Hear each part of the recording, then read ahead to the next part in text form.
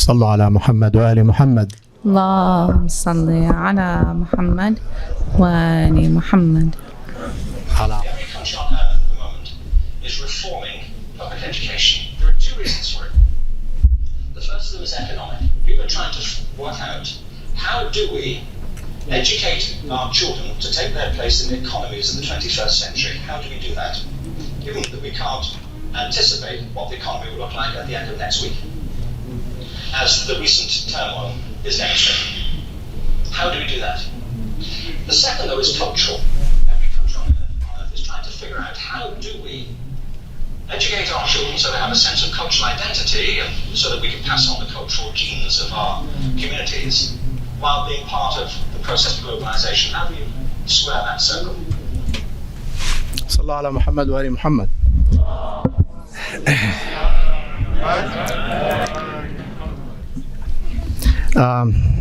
The video I just shared with you is not a struggle of the Islamic communities in the West and across the world. As a matter of fact, I've done a lot of traveling to different parts of the world, and we are facing the same problems and finding ways and how to reform our education system in order to probably develop better human beings, right? This question I would like to rephrase.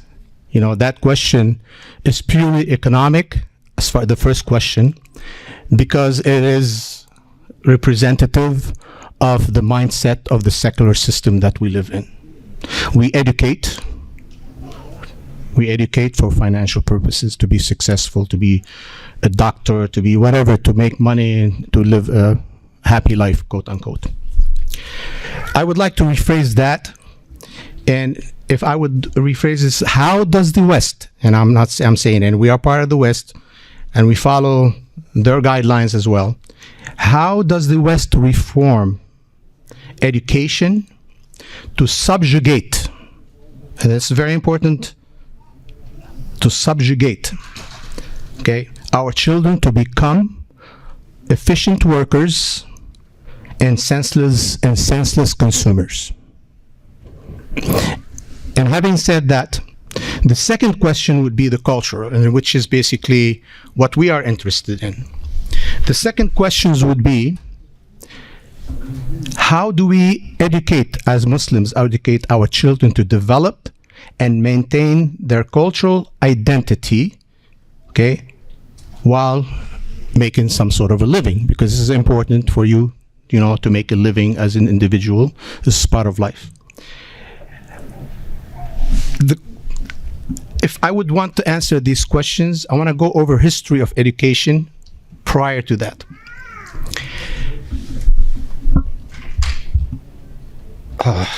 Give me a second. Sallu ala Muhammad wa ali Muhammad. Before I make the recommendations regarding the Islamic school system, which is our concern, I would like to share with you the history of formal education in the West.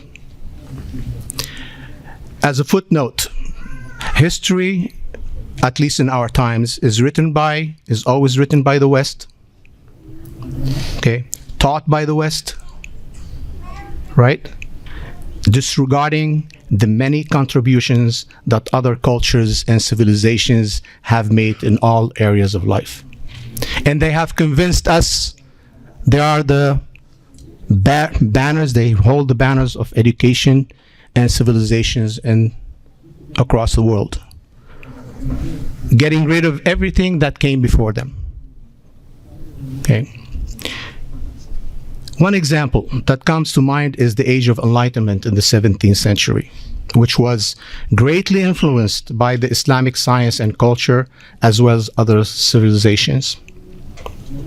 Europe capitalized on that, on the Muslim scientists, their research, their discoveries, their inventions, to spearhead the Age of Enlightenment in the 17th century. Sallu ala Muhammad wa ali Muhammad. Unfortunately, having an imperialist mindset, Europe and later the US, propelled by the scientific revolution, led to the mass production of most of what we consume today, which require workers to operate a new concept called a factory, which inherently created the factory line. So in other words, the core of the formal education system we know today, or we have inherited, was basically created to fulfill the needs of factories, which are in essence which later produced the school factory system. And one of the examples I can give you, kids standing in line, putting their hands on their mouth, or putting their hands behind their back. The schools are like pretty much prisons from 8 to 3, right? We inherited that from the concept of the factory line and the prison system that we have. Yes, I'm not saying to negate that, but this is an example of that. Though efficient,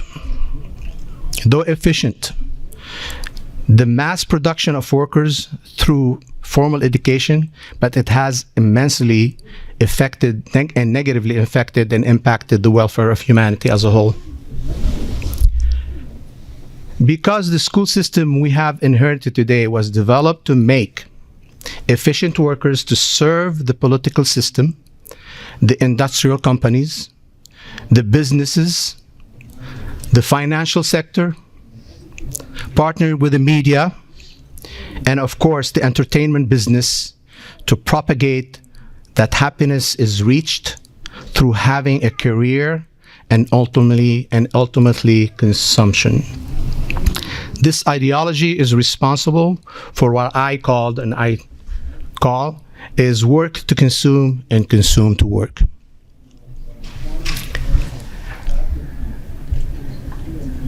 The Industrial Revolution opened the opportunity for us and for a lot of people from across the world to migrate to the Western industrialized country for a new economic life. Muslims were part of that migration and became economically one of the most successful groups, and individuals as well. This came at the expense of compromising our Islamic identity. Most of the time, not intentionally, through assimilations of norms that are foreign and contradict our Islamic values. For some of us, the solution was the creation of Islamic schools and centers. Unfortunately, what we ended up with was poor facilities, unqualified staff, and the adoption of a secular curriculum that propagated secular ideas, which led to an environment that was not conducive to learning nor maintaining our Islamic values and identity. Even though there has been important Islamic schools in the West, and there has been a lot of improvement in the Islamic school through that. I think it started somewhere in the 90s, early 90s, late 80s, Islamic schools start coming into life.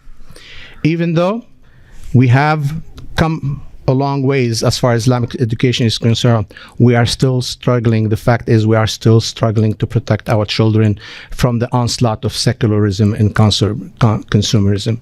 And I say onslaught, and I mean what I'm saying, because I have seen through 30 years moving in that direction with our basically young men and young ladies. Which brings us to the following,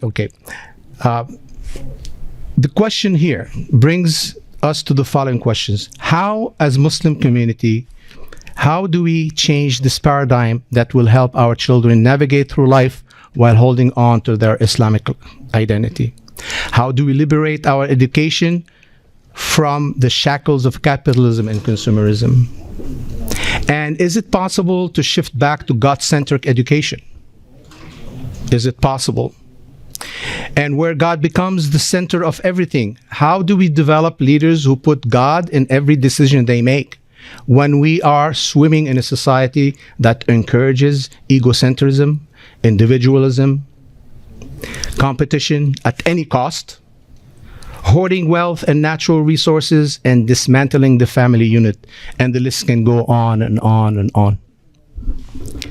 I'm not minimizing the importance of the Western education system, and it has an impact since the 17th century.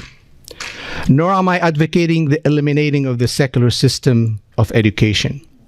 What I'm proposing is to reinstate what has been removed from what we call the concept of ilm, and in the West, and it was removed because of the development of a mechanical system.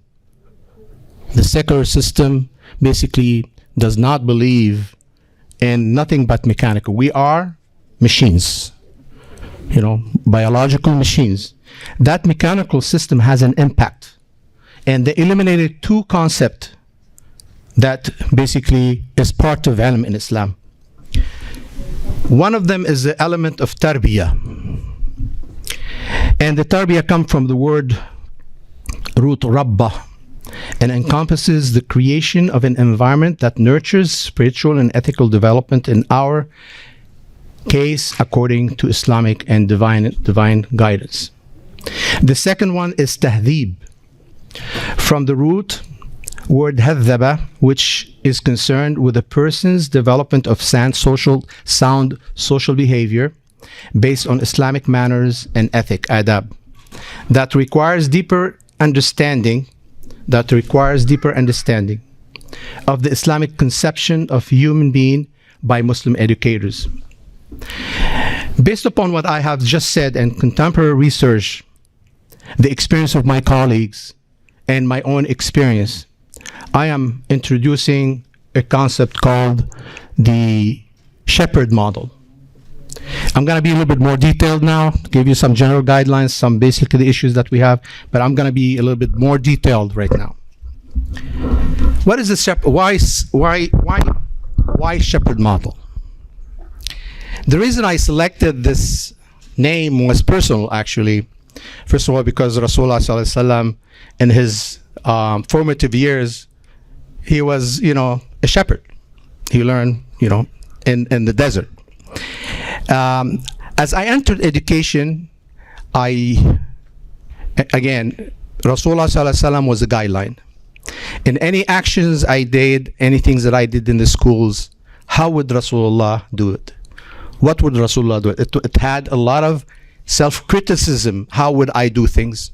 And it's not only an educator should do that. I think a parent should do that. A sister should do that. Every single person put Rasulullah as your guide. How does Rasulullah would behave in this situation? How does he tackle these issues? Because as an educator, as a parent, and the parents are educators, okay, you need to basically go back to that basic principle. And it was a personal, I begin to build some sort of a personal relationship with Rasulullah sallallahu alaihi wasallam. Sallu ala Muhammad wa ali Muhammad.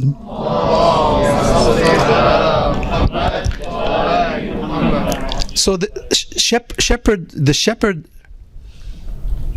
in Rasulullah sallallahu alaihi wasallam, in his formative years, where did it happen? Okay, and I will explain that in a minute. But what I identified throughout my career is 4 elements in education. Okay, there are 4 major elements: the environment, human resources, curriculum, and curriculum delivery. Okay, environment. 2 things that stand out, again using Prophet Muhammad sallallahu alaihi wasallam as an example. 2 things stand out from Prophet Muhammad's education in his formative years. 1 is that he was removed from the comfort of his home and from the hustle and the bustle of the city life. Mind for thought. 2, most prophets retreated from the daily mundane life to the natural environment to commune with Allah subhanahu wa ta'ala, while contemplating on God's wonders, such as Mount Hira is one of them, right? Rasulullah sallallahu alaihi wasallam Jabal al-Zaytun, Mount Olive, Nabi Isa alayhi salam, Nabi Musa alayhi salam, Tur Sina, Jordan River, many examples in how our prophets and messengers, how they retreated, they removed ourselves, because when you remove yourself from the environment, you begin to see things from outside in. Right. 3, my personal experience. Actually, I was schooled in my formative years in the boonies. Anybody knows what the boonies are? No.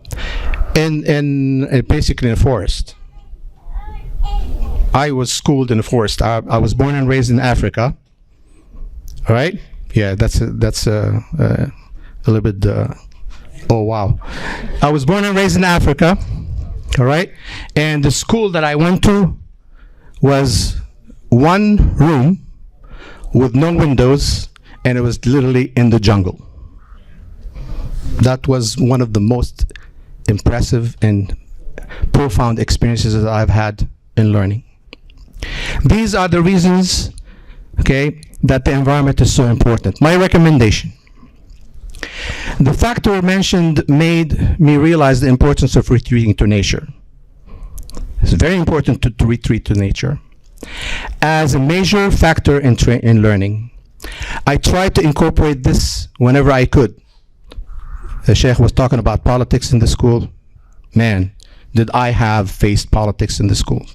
5 schools, politics never ends, and politics by people who really do not know, on the board who do not know what they're talking about. Okay.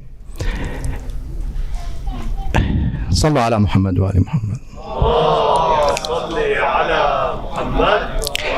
I came to the conclusion that if we do not connect with nature at an early age, and especially during our contemporary time, we become robots.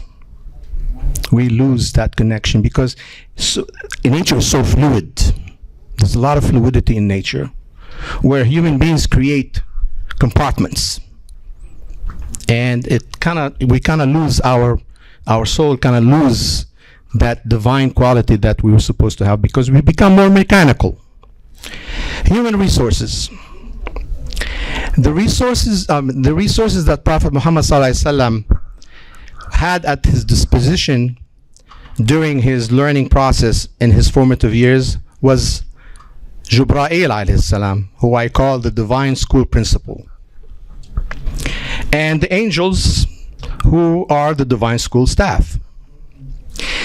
Also, there are also human 10 minutes. Human resources were Halima, her family, and her tribe. So there are two faces here for education. My recommendation to educators and also parents is, even though the secular system we know that the secular system are trying to promote subjugations to the power of desire, and that it is okay for the animal self to go wild. So the creative power is developed to fulfill the need of the power of desire. Whether it's a power of desire for money, desire for power, any kind of power, basically that is associated with desire. We, as educators, Islamic educators, we begin to, because we follow the secular system, all right, we deviate from the sublime quality of education, which is in the Quran. هو الذي بعث في الأميين رسولا منهم يتلو عليهم آياته ويزكيهم ويعلمهم الكتاب والحكمة. It is He who raised among the illiterate a messenger from among them, who recites unto them his guiding revelation, purifying them while teaching them the book of wisdom. I therefore recommend here for us to train our staff. Workshops have to be retreats. Remove our children from the comfort of their city and the comfort of their homes, and make it more often to have the kids learning in the environment. When I was at Sami Academy, the last one, we had a motto called taking learning back to nature. and kids had an amazing experience in learning. As a matter of fact, we've had so many improvement in behaviors as well. Completely eliminated behaviors. It's amazing how nature can do a job on you. Curriculum. Culture is taught through the curriculum. We all know that. If you go to a secular books right now, we learn, all these holidays, they're all inculcated into the curriculum, and our kids are exposed to it. And since Muslim educators rely heavily on the secular curriculum, which addresses the material dimension of the human being, we should shift our paradigm to make divine moral codes at the core of the curriculum. And as I mentioned, include tarbiyah in our curriculum, and tahdhib. And then also add to the curriculum analysis of stories, and again, analysis is open discussions about moral stories by Ahlul Bayt alayhim salam. And preferably on a Friday, make it as part of your daily schedules in the schools. This is something that probably might be foreign, but it's not foreign to Islam, it's probably foreign to us, is mindfulness. Mindfulness is a buzzword right now in the educational field. And mindfulness is muraqabah. It's self-observation, observation of the natural world. So this is something that is right now is in. And they corner it, it's theirs. But if you go into history, muraqabah is what part of the learning process of all the ulama and the arfanis and so forth. So I decided to take it and apply it in the school. So have a muraqabah, discuss what they go through muraqabah, and create a plan of action for that muraqabah as well.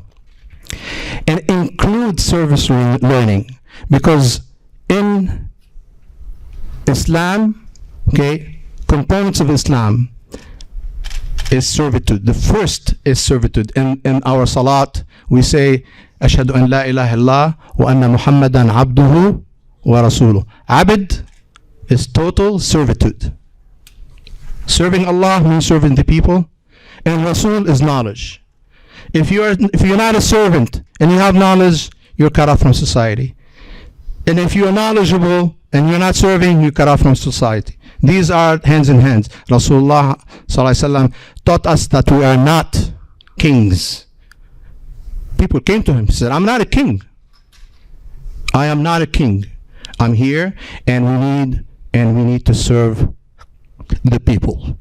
So that's one quality that we as educators need to come down at the level and serve. It doesn't mean what kind of a service, even if it means, afterwards take these chairs and put them out there. As me, as a person standing before you right now, take the chairs and work them, help others, see what they need and so forth. Become part of that. Right. Sallallahu ala Muhammad wa ali Muhammad. I know he gave me 5 minutes, but I started late, so you're going to have to give me a little bit extra. Sheikh, take all my time.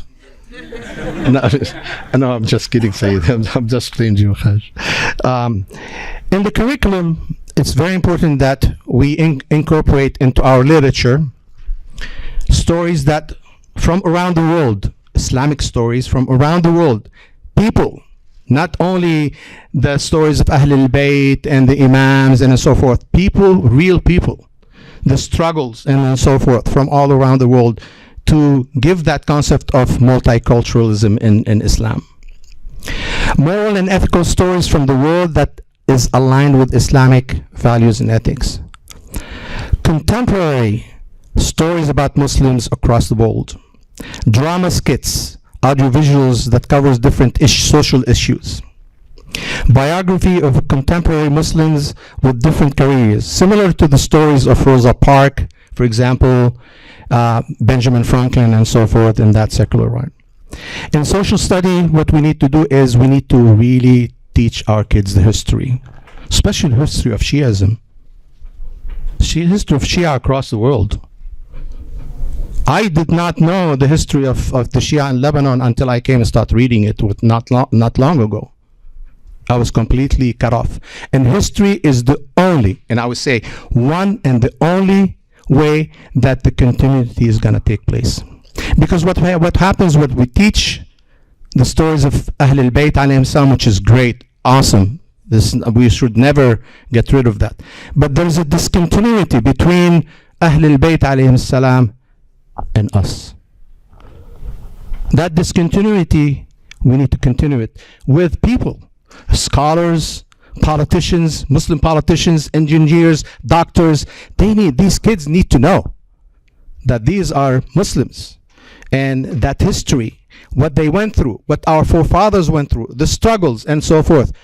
I would guarantee you talk to your parent, to your kids, they don't know anything. They're completely, and that's the beauty. Well, the problem with the secular system, especially the U.S., is it cuts you off from your historical background. It's like a black hole. You come in here, suck you in, and then all of a sudden, I am American. Yeah, we are American Muslims, but we are more American than Muslim to a certain extent. Americanism has become the guiding light.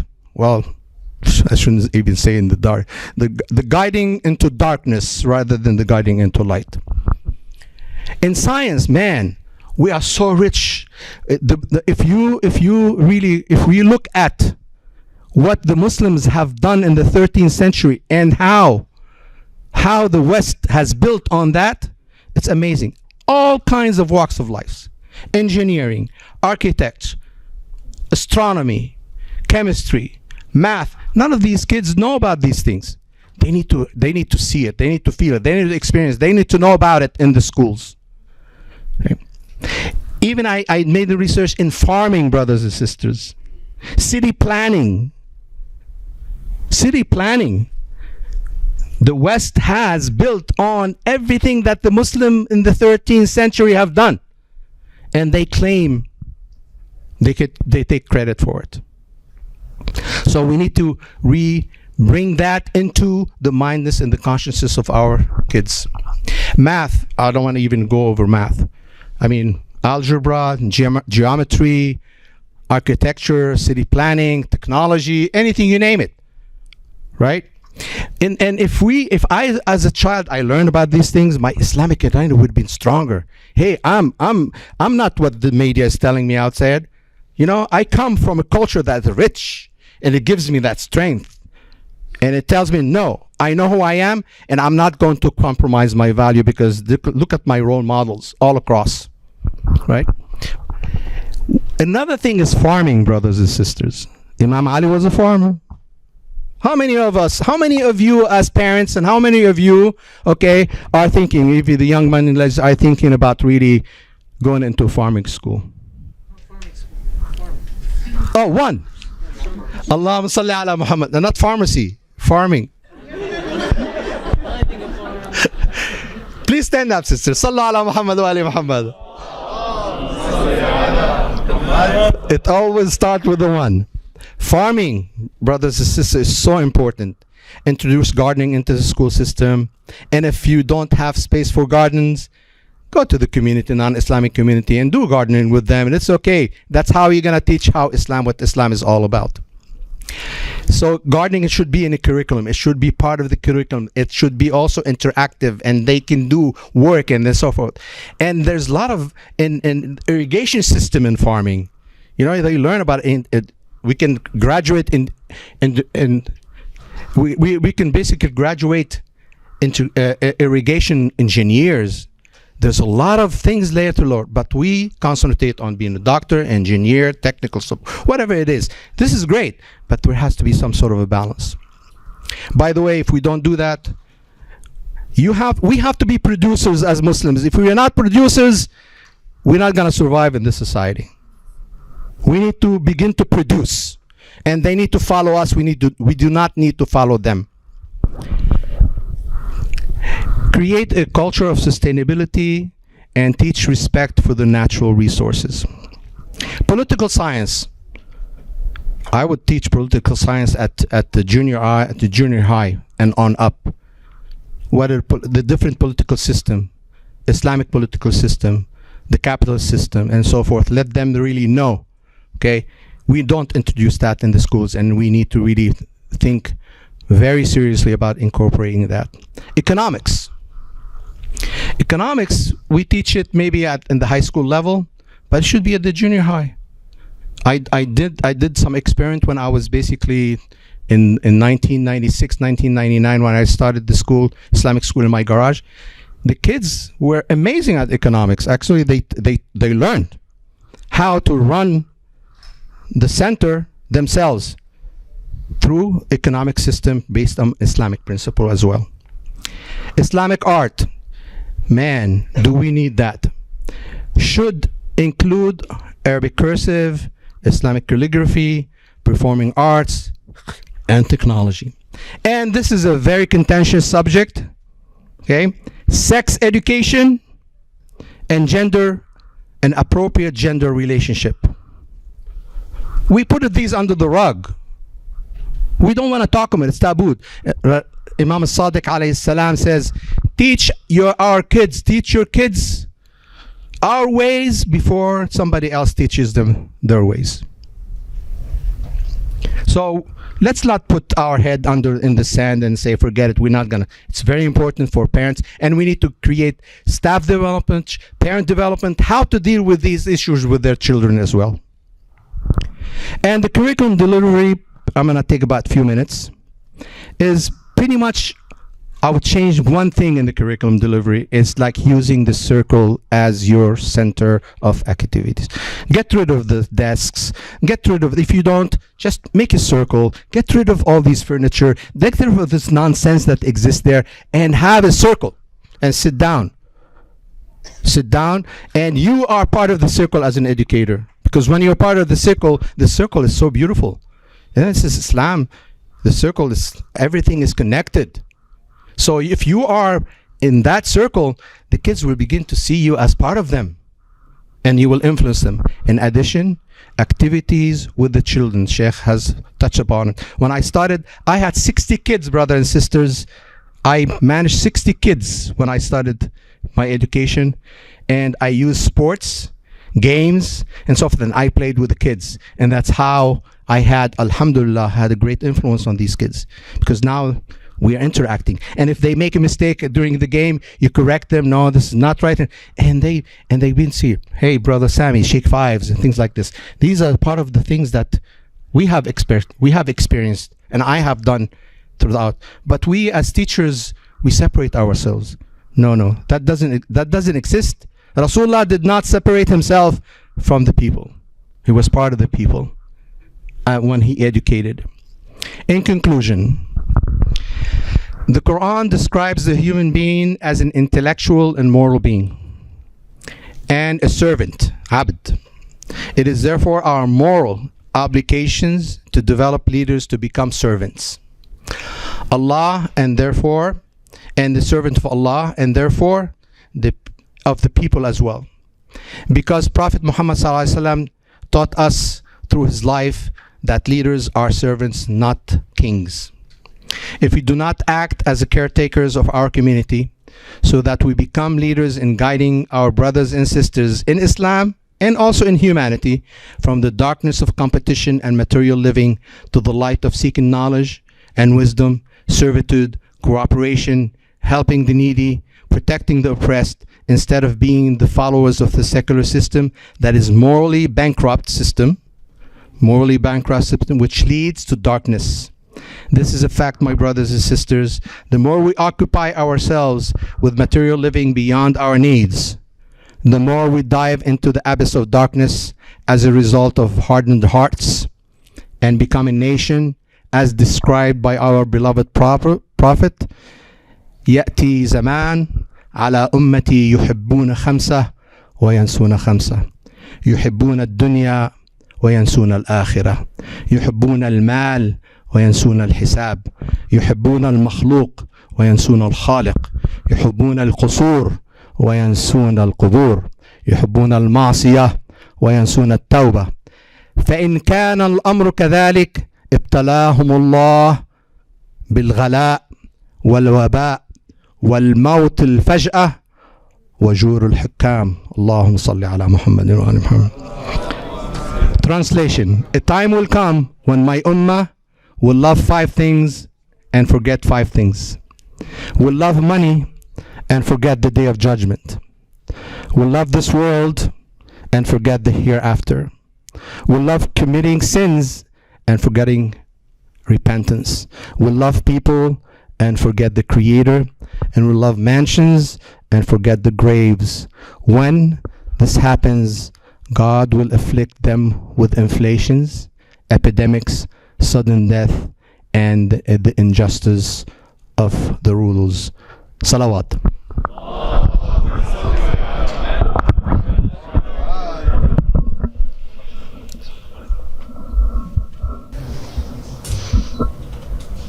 Can I please have a loud salawat for Hajj Sami and Sheikh Amin?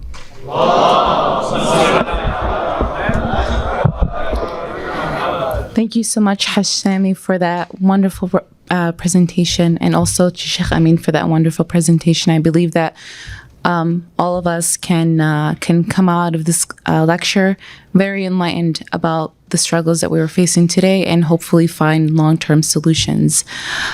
So now there is room for some Q&A, live Q&A.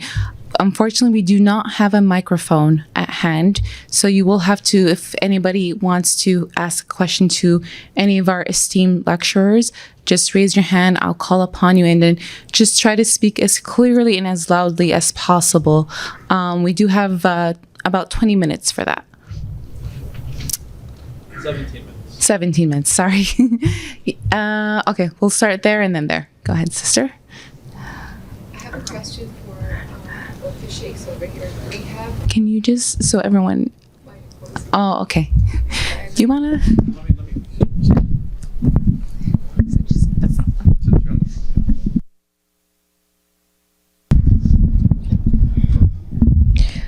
So Sheikh Amin gave us the beautiful observations of what's happening in our community, and then we have a shepherd model, which is great. What I'm asking is, if I look at envision the future, it looks very great for our children, unless there is there an insight or is a fast track model for parents today, right now, if we to adopt the shepherd's model, or some way where we can educate our children in the God-centric way, because they are in our care and we're planting those seeds, and as you said, there's very little room for error. So how do we go about this? That's for you over there.